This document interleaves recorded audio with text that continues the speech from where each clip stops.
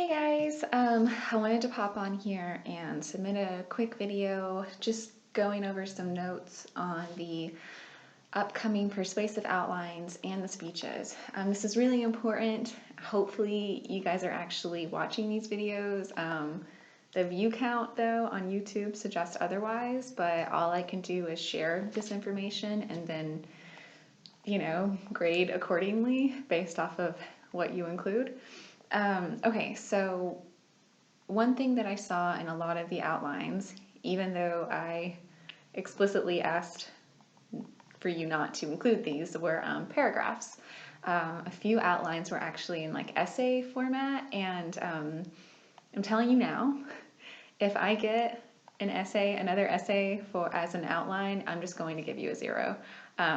If you are confused about what an outline is, you need to submit it to me with enough time for me to be able to give you critiques on it. Okay, what I mean by no paragraphs literally means no paragraphs. A lot of people included a paragraph in the introduction and a paragraph in the conclusion because you sort of just did the exact same thing for both of them. That's fine. Your introduction and your conclusion are supposed to be pretty similar. They're supposed to include the exact same elements, pretty much. But what I want you to do is to break up those elements. Don't just put them all together into a paragraph, because I don't want to read a paragraph. It's an outline. And what I mean by that is literally in bullet points, whatever, it should be an outline form. So it should say introduction, and it should be, left aligned. And then you should hit enter and then tab over, and it could be a numeric, an A, a bullet, whatever. It needs to be an outline form. But then right next to that, in bold, in parentheses, or whatever, it needs to say attention getter. And then you need to write out what your attention getter is. And then you're going to hit enter. And then on that same in the same sequence, it's still the same level. You're going to have another little bullet point or whatever, and it's going to say in parentheses and bold. It doesn't have to be in parentheses, but it needs to be bolded for me to just easily check off if it's included. You need to put preview of main points, and then you need to list those main points, not in paragraph form. So if that means that you have to do a sub point and it needs to be you hit enter and then tab over again, you need to make it to where I can easily follow. It's like a little staircase in descending order of the hierarchy of what you're covering, and then it needs to be easily identifiable that you included those elements. And those elements are not only in your book, they're on the PowerPoint. And then I even put them in parentheses on that D2L thing, but so many people didn't include them. I think only like 1 or 2 people even included their credibility and the audience relevancy.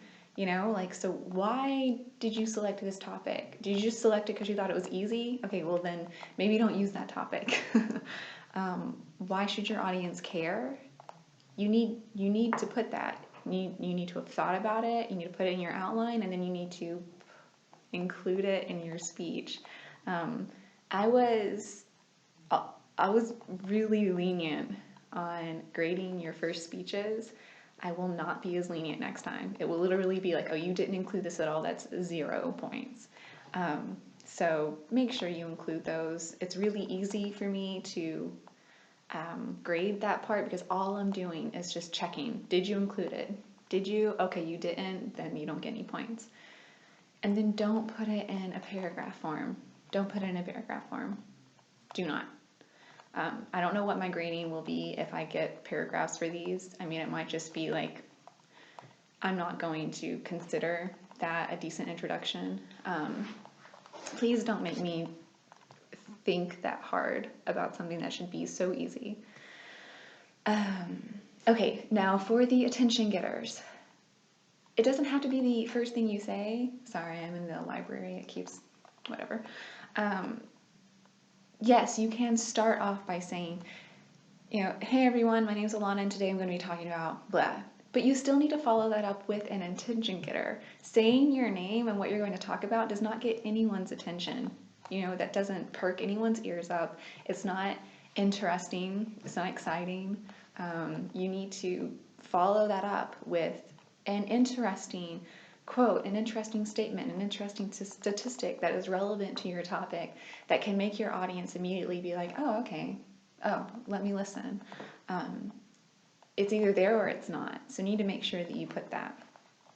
And then your credibility, that goes into why you chose the topic. I can't really help you with that beyond just choose something that you know and that you want to share with other people. And make sure it's in your introduction. And then, of course, the audience connection, relevancy. That one's really easy. It's also really easy to signal to me or to your audience that you care about them, you consider that they would be your audience. You just need to say, why should you care? Oh, you should care because of this. Like, that's fine. It can be awkward to come up with how to put it into a sentence. All you have to say is like, I'm here to talk about this. This is why I'm talking about it. Here's what we're going to cover. And then you can say, and why should you care? Oh, because of this or this or this. It's a lot easier for the persuasive one because you're trying to persuade them of something anyways. But it needs to be there, okay? It just needs to be there. Okay, next. Yes, this is going to be a relatively long video. Transitions. A lot of people didn't include them, and I hate that because it's a really easy way to lose points for something that is just so easy to do. Transitions need to be certainly after your introduction and before your main body, and then certainly after your main body and before the conclusion to signal, okay, well, let's launch into it, and then now we're going to wrap it up.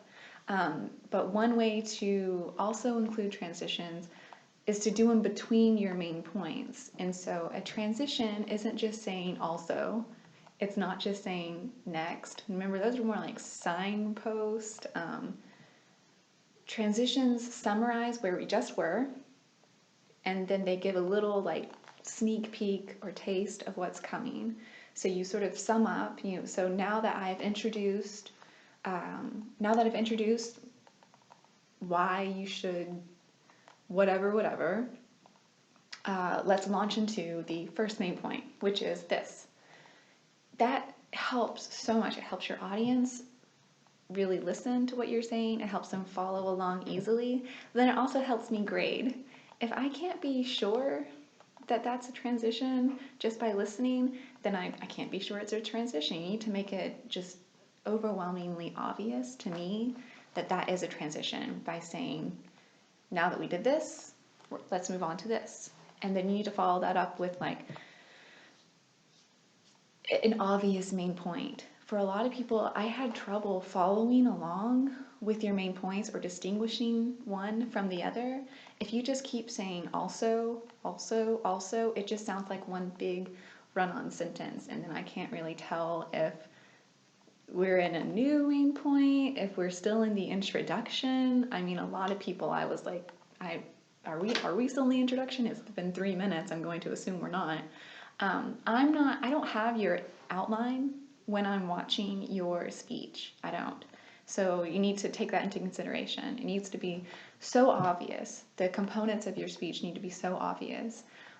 Don't overthink it. Don't try and be this amazingly creative, brilliant public speaker who's trying to remake the wheel. You just follow these elements, make it easy for me to grade, and you will get a good grade.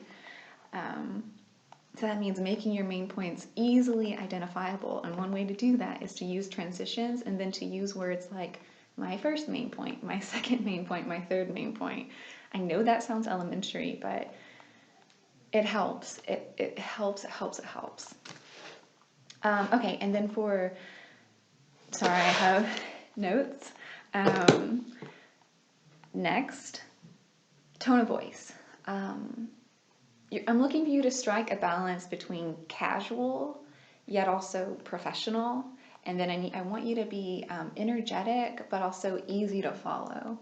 So for a lot of people, you get so tied to your notes that you sound like a robot, and then I'm really bored, and so is your audience, and no one cares about what you're saying. This is a public speaking class, so you need to take into account that you are being graded on public speaking. So think back to speakers that you've actually listened to. Are they reading straight from their notes? No, they are not. What type of vocal variety are they using? Do they just stay on the same monotone voice the whole time, or does their voice fluctuate just like it does in a normal conversation, just like it does for me right now, the way I'm talking to you? So you need to think about those things, and the only way to get good at that is to practice. That's literally the only way to do it. There's no shortcut. Okay. Now, hopefully you guys have stayed with me until the end of this, because this is really important. Your persuasive speech topic, there are those ones that you're not allowed to do that I put, or that Tareen put in the syllabus, thank God. But there are some that I just don't want you to do, just for my own personal preference. They are recycling. Do not do recycling. No one ever does it well. No one ever uses current sources. I'm just reading and hearing the same speech over and over and over again. People choose it because it's easy, and I find it boring and unimaginative. So I don't want to hear. No recycling. Just don't do it. And then the should student athletes get paid. I don't want to hear that one either, for the exact same reason as the recycling. Too many people choose it, and no one does it well. No one uses any current information, so I don't want to hear it. So choose something else. Just choose something else. And then also, lastly, the last one is eating healthy or exercising. I don't want to hear that one either. Don't care. That is obvious. No one ever introduces anything new. No, no one ever introduces any new information. They just Google, and pull up a bunch of American Red Cross or American Heart Association stuff that I've heard a million times before, and that we've all heard a million times before.